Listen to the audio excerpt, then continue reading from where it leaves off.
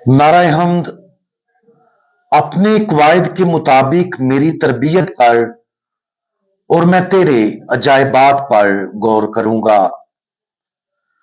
आज हम मुकद्दस मरकज की अंजील उसका चौथा बाब और उसकी आयात 33 और 34 पर ध्यान ज्ञान करेंगे। और आज हम जिंदा कलाम सुनना इसके बारे में सुनेंगे। और वो ऐसी ही बहुत सी तमसीलों में उनकी समझ के मुवाफिक उनसे कलाम करता था और बेतमसील उनसे कुछ ना कहता था, लेकिन तन्हाई में अपने शागिर्दों को सब बातों के मानी बताता था। आज की अंजील मुकद्दस खुदा की बादशाही के बारे में बीज का इस्तेमाल करते हुए दो तमसीलों से शुरू होती है। ये दोनों तमसीलें खुदा की बादशाही की तरफ इशारा करती हैं, जो कि पुर इसरार तरीके से और कसरत से बढ़ती है और अक्सर ये इंसानी समझ से बालातर है।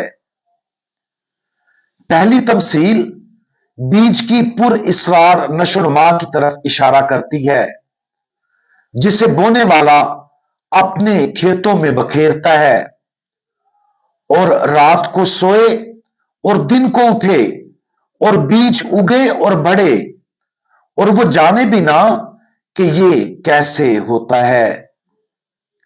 ये खुदा के फजल के पोशीदा और बतदरीज काम पर जोर देता है, उस बीज की तरह जो जमीन में उगता है और बोने वाले को समझ भी नहीं। इस तरह खुदा की बादशाही बुनियादी तौर पर इलाही इकदाम के जरिए खामोशी और ताकत के साथ बढ़ती है।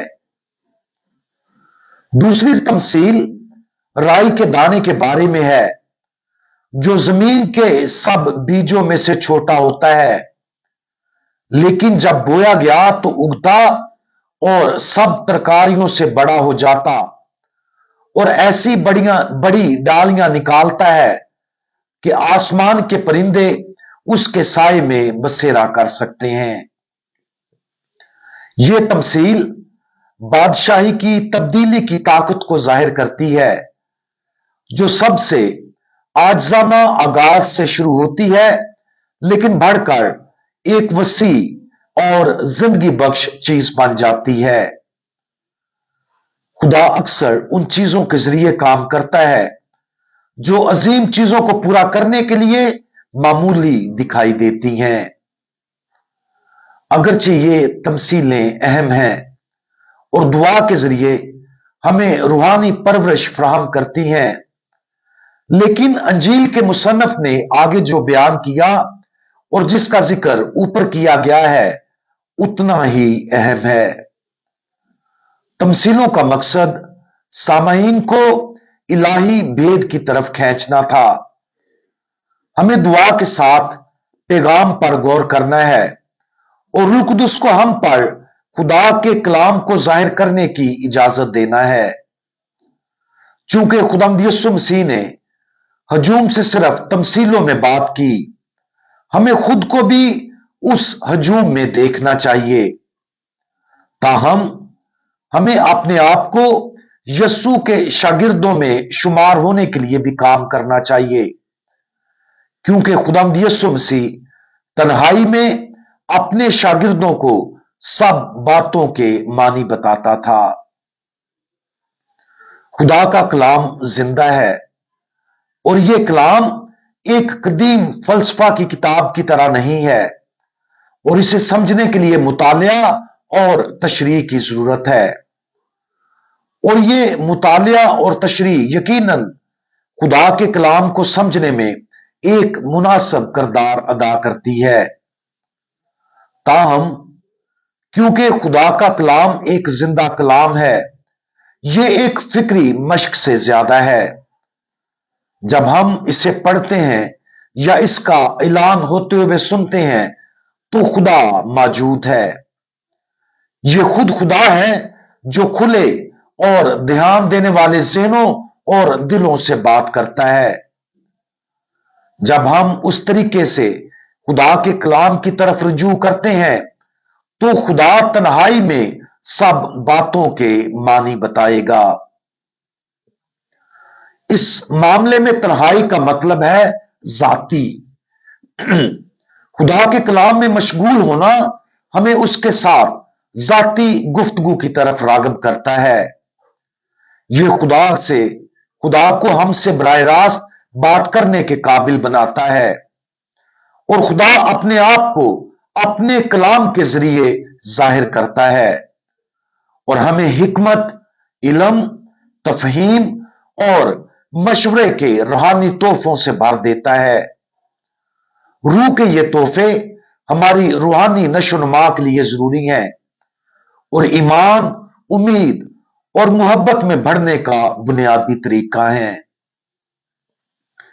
क्या हम खुदा के कलाम को, जो हमें खुदा के साथ जाती मुकालमे की दावत देता है, जिंदा कलाम के तौर पर देखते हैं?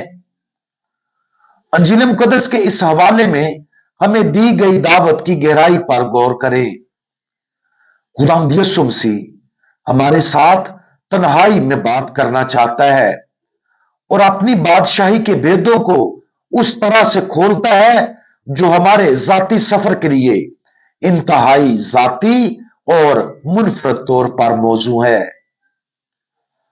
आज इस बात पर गौर करें कि हम अपनी रोजमर्रा जिंदगी में खुदा के कलाम तक कैसे पहुंचते हैं।